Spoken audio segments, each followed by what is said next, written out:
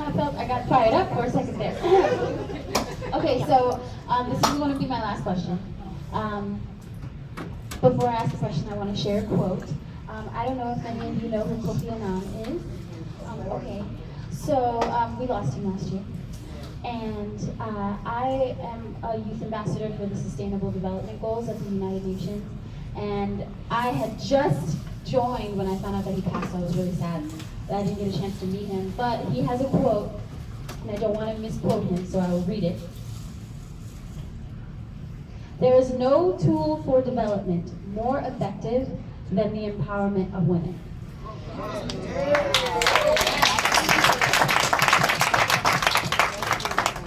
He understands. He gets it.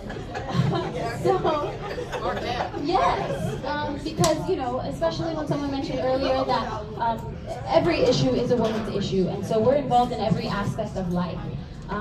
But we're often met with a lot of difficulty. And so the question that I want to ask you ladies, in light of hearing this quote and feeling empowered by the quote, I know that there have been moments of hardship, there have been moments of difficulty, obstacles, roadblocks, anything you can think of. But what motivates you and what keeps you going? Whether it's a quote, whether it's physical activity, anything like that. What gets you up and running in the morning, and what recharges your batteries when certain things drain them? Oh, all right, okay.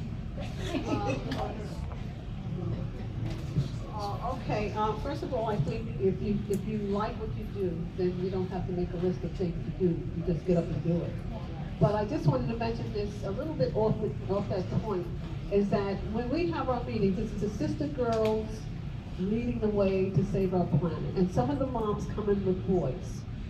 And we started to bring the boys in as part of the group, but it didn't work. And it didn't work because we had two young boys, a mother brought two young boys in. And it was nothing, they were a little untidy. And I didn't feel it was my place to say if they were untidy, and would they even listen to me. Whereas if the two girls came in untidy, I could say, okay, look, straighten up. So we need some young men to step up to the plate to take care of these young boys who the parents and mothers are bringing these boys into these little girls' environment. It just doesn't work. So I just wanted to throw that in. But in terms of what motivates me, I think we have a serious problem with global warming and climate change. And we see that with yesterday was 50, the day before was 0. So we see this is a problem, and somebody has to recognize it. The girls, as I said, the girls on the team and the team that might, we know what to do. So we just need to spread the word and get more people involved, get more education. But what motivates me is that I am able to create things for my holler out to my research director over there, Liza. Stand up, Liza. So I create stuff, she helps me create stuff. So we create stuff for our young girls, and those things get done. So I'm very happy that I'm in this environment now, and so I was a lot of different things. I was an entrepreneur, a homeowner, all these things. But this has made me really happy that I'm really helping our young girls see a different view of their life. So that's what motivates. I'll say this briefly because I know this is time and you have other people who want to speak. But I'll just say this: what motivates me as a woman of faith is my unshakable faith in God, and the belief that God has equipped me and all of us, because I'm not special, with a gift. And that gift is really to serve this planet. And so what quote, and I'll end on a quote that puts it all in perspective for me, is someone somewhere is depending on you to do what God has called you to do.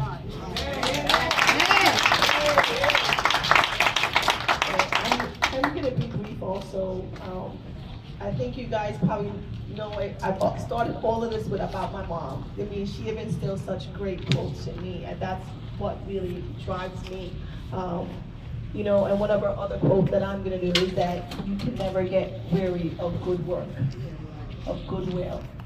Cannot get weary. So trust me, I have had a lot of different things that have come my way, a lot of things that would have stopped me, you know, including my mom and dad passing away 6 months, you know, between each other, losing both of my parents. And, you know, there's a lot of things that could stop me, but what keeps me focused is that, you know, it's about the goodwill. You know, what am I providing and what impact that I'm doing, again, about the legacy that I will leave. Thank you.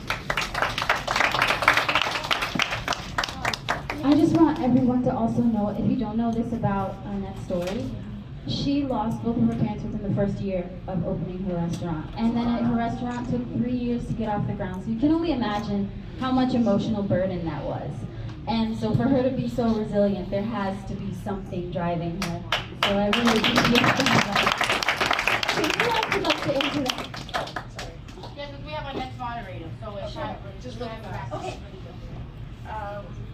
Motivation. Well, just to make it short, I've always been the strong-minded, like the tough daughter. Like, of course, you have imagine being in a house with 5 children, different personalities. I was always the one who was like the book smart one, and I kind of conflicted in the house with like butting heads with my sisters, even sometimes with my mother or my father, because I had such a vision, like I want to do better, I want to be better, I want to do better, I want to be better. And sometimes things that, of course, personal problems in your household tends to, you know, mold you a certain way. And it was always just my goal to do better and be better. No matter what I experienced, I want to do better and be better for myself and for those I came into contact with. So when it came down to actually teaching dance to students who actually yearn for that outlet that they don't have at home, they can't talk to their mother, they can't talk to their father, they don't have a sibling. Dance was an outlet that I decided to use as an escape for those. Because a lot of times, sometimes what we fail to realize is that when you're dealing with children at home and you have different personalities with kids, your main goal is to make sure that everyone succeeds. If one is succeeding already, your attention is not necessarily focused on them. You're focused on the one who actually needs that assistance. So with me, it was kind of a battle between conflicting of, oh well, I'm doing this, I'm doing well, and it's kind of just like I felt like I didn't get as much praise as a child. So I was like, you know what, hey, I'm going to actually do this, find a way, an outlet to go about it and try to shine light on something more positive, whether it's encouraging children to be whatever they want to be, and to actually learn from your mistakes, and actually be just be a great person in all that you do, whether it's giving back, whether it's teaching, whether it's community service, anything of that sort. That's exactly what the goal was for me personally. And motivation really came from my household, as well as wanting to do better and be better for not just myself and my sisters, but also my mother as well, because she has done so much for my sisters, like literally like taking everything out of her to do exactly what she has to do for us 5 to be where we're at now. So.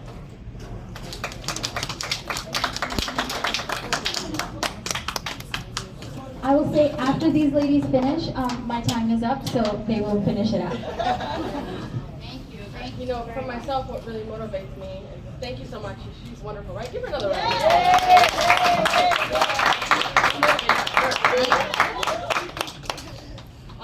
What motivates me is, you know, gratitude. I'm just so grateful to be given the opportunity, and, you know, by God, by the higher up, whatever you believe in. I'm just grateful. You know, I'm grateful when I get in my car because there are people who are walking to their destination. You know, I'm grateful to have a meal because I know people in America and some countries don't have food to eat.